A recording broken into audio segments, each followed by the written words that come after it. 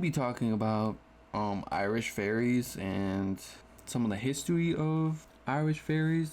In the era when the Celts were still pagans, storytellers, also known as Sincha, remembered and recited a variety of Irish legends featuring supernatural beings such as fairies. In the age of Christianity, the mixture of Celts and Christian folklores was combined into many of the stories told today. Tale of Tita Del Dan go back thousands of years, translated as a scribe of Danu. They were a race of people that possessed incredible, almost god-like powers. According to legends, they ruled Ireland from the early 19th century BC until the end of the following century. The tribe was defeated by the Milesians, so they fled into the Sidhe underground. After that, they became known as the Dayon and Sidhe, and had children with the likes of Fionn Mac Cumhale. In the post-Christian era, other tales emerged, including the legend of the Banshee. There are accounts of this female spirit dating from as far back as the late 14th century. Indeed, it is likely that the Banshee is pre-normal mythology. You may be surprised to learn that the leprechaun is probably a relatively recent fairy. The first mention of these little people in the English language was apparently in 1604. In the early modern era, belief in Ireland fairies was still relatively widespread. Tales of various unusual creatures were told and believed in Dublin well into the 19th century, while the belief remained strong in the west part of Ireland until the middle of the 20th century. There are a handful of stories that speak of sightings in the 21st century. The fairy realm. Thousands of years ago, people believed that the fairy realm was located in the Hollow Hill where the Tito Del Dan was forced to flee. It is a magical portal which allows gods and fairies to come and go as they please between worlds. Another concept in the old Celtic tradition was that the fairy realm was located in a place called Tira Nagog, which means the land of the young.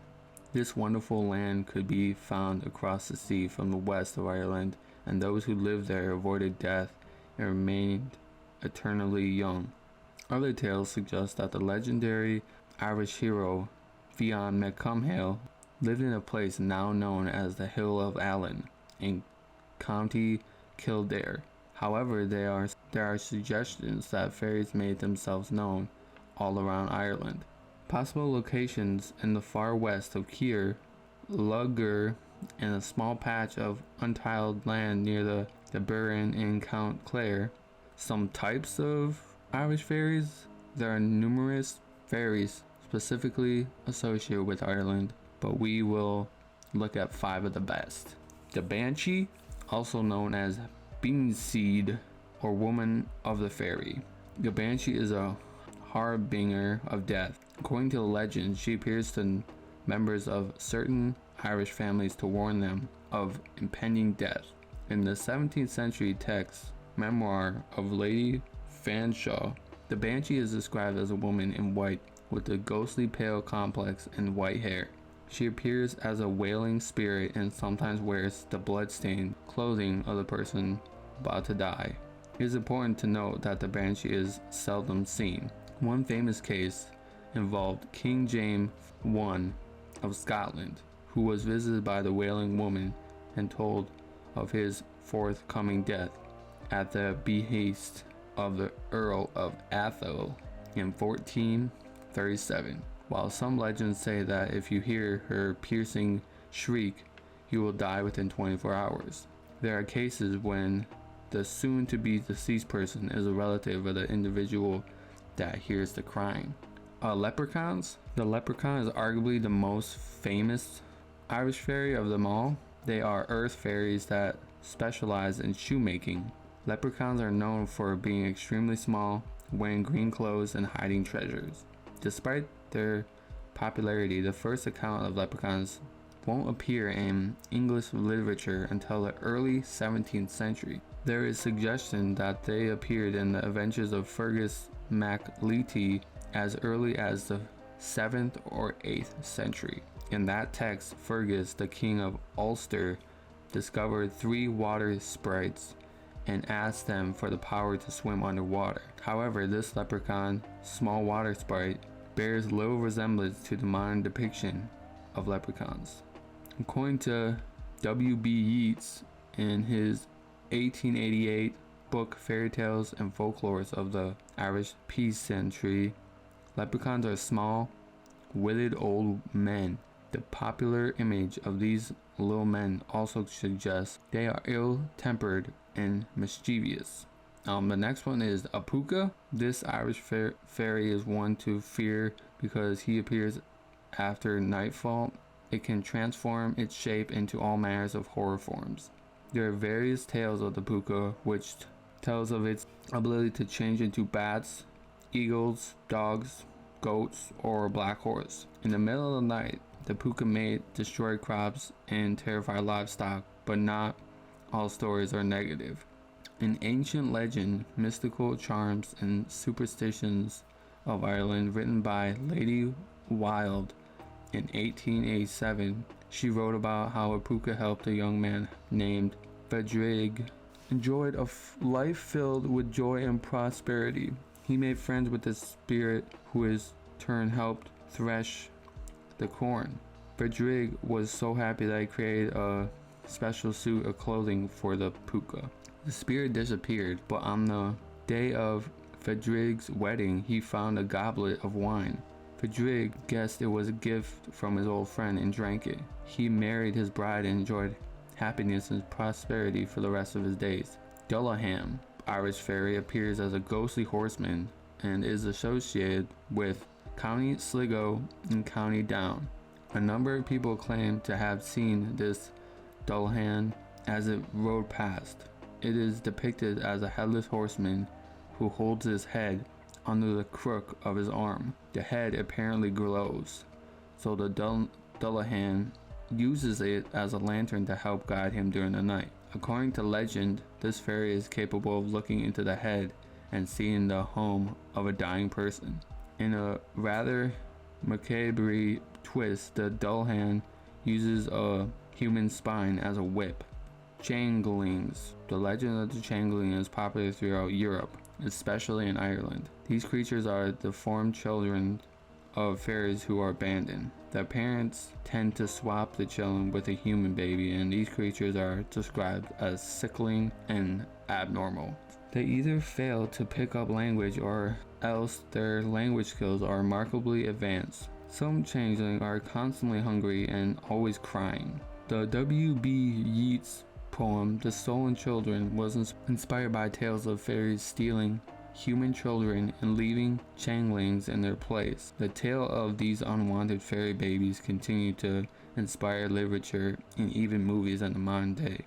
The infamous movie The Labyrinth acknowledges the famous work of Maurice Sendak, who wrote about changelings and outside over there in 1981. Of fairy sightings in Ireland, Lady Fanshawe and the Lady of the Lake. One of the most infamous sightings of a fairy in Ireland is arguably Lady Fanshawe, brushed with a banshee in Count Clare in 1642. Along with her husband, Sir Richard, Lady Fanshawe stayed with Lady Honora O'Brien in her castle, which was either near Castle Lake or Bunratty. She stayed in a room dozens of feet from the ground which overlooked the lake. One night she was awakened by a high-pitched screaming and saw the apparition of a girl at the window. The spirit had red hair and pale skin. The spirit eventually vanished, leaving the frightening Lady Fanshawe to ponder what she saw.